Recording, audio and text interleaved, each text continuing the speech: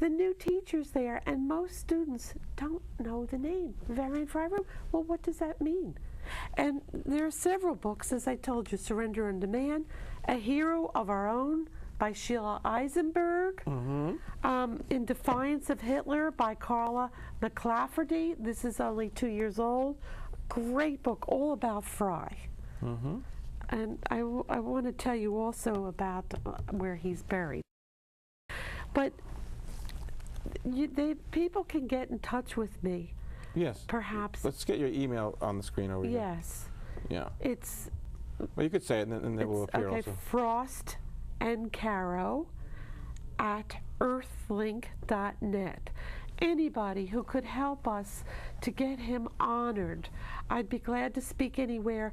One of his workers, Dr. Justice Rosenberg, who's now 90, a professor at Bard, he will be willing to speak anywhere about Fry.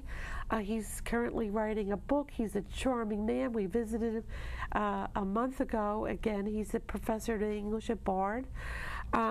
He gave us books on Varian Fry's books to try and raise money for a monument someplace, somewhere. We have over 200 signatures to go to Governor Rell, but we need a place to hang a monument or a document. Or sculpture or sculpture would be wonderful for Varian Fry. I mean, he deserves it. The reason I'm interested is because, again, I don't like to see injustice. And why should Oscar Schindler be so well known and not Varian Fry? Well, he had a good movie producer. Yes, exactly. That's why. And there's also, I can see what one person can do.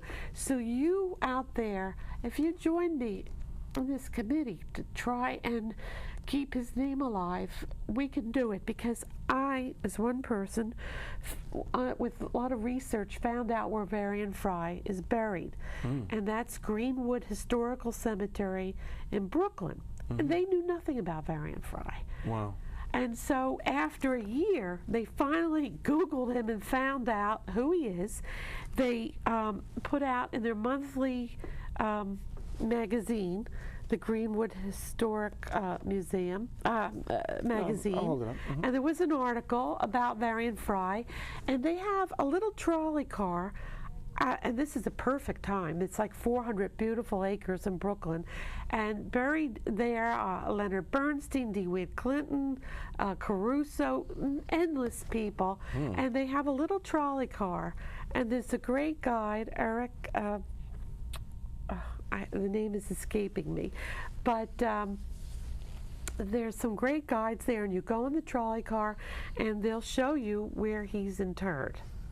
Now, he saved a lot of artists, a lot of scientists. It's not because he didn't go just picking, artists and scientists. He got this name that was generated initially by the Museum of Art in New York City, right? Modern art, yes. Modern art, right. Yes. And so that's why he had that, that's what he was given. Yes. And then it grew into something bigger. Oh, when they found, the word got out on the street that there was an American to save people. So every day there were like over 100 people. They worked from morning to night. And at night, they decided who would leave and who wouldn't. And the way they did that, because during the day, everything they did was legal, with giving out coupons, food coupons, and this and that. But at night, they met in the bathroom where they ran water and flushed the toilets, so there would be no eavesdropping. Ah, I see. And that's so how they could only, there was too much noise going on in the room. And so even if there were recording devices, all they hear is the rush of water. Exactly. And how he was so clever. He was like a James Bond, this intellectual man. It just came to him. It was a miracle. To get messages out, they would write them and put them in a condom, and then put them in a slit toothpaste tube. And that's how they got messages out with the people who were leaving the country. And they came up with so many clever ideas, things, right. To get the people out. That's incredible, really incredible story. Anybody can Google Varian, V-A-R-I-A-N, Fry, F-R-Y. There's the Varian Fry Foundation, and so many sites about him. But you have to know the name to find out about this hero. Now, just in the remaining time that we have, why do you think it is that it's harder to publicize his actions and his heroism in comparison to a guy like Oskar Schindler? Is it because that the people that he saved weren't in concentration camps or work camps, so it's less? Well, a lot of them had escaped, and then he further got them out. Some of them had escaped. Well, these first camps? of all, he had a very poor name in the government. He found it difficult to find work after that. That's when he moved to Ridgefield, 1956, and lived there for just a few years.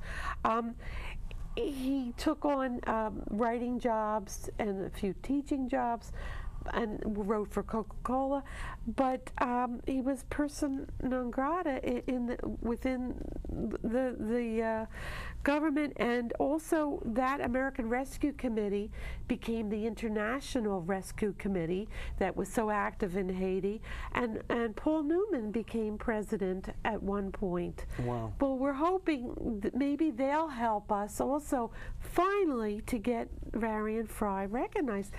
Schools are named after him, streets in Germany, they're wonderful. France. The Newmans are wonderful, and they've done a lot for the state of Connecticut in the theater in Westport and throughout.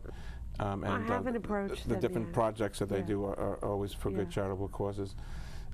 It's really a pleasure having you here, and I hope that that name will now ring true and be a familiar name to you, Varian Fry, our resident right here in Ridgefield, Connecticut, and Easton. He died in Easton.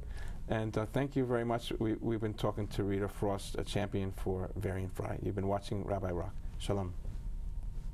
Thank you. My pleasure.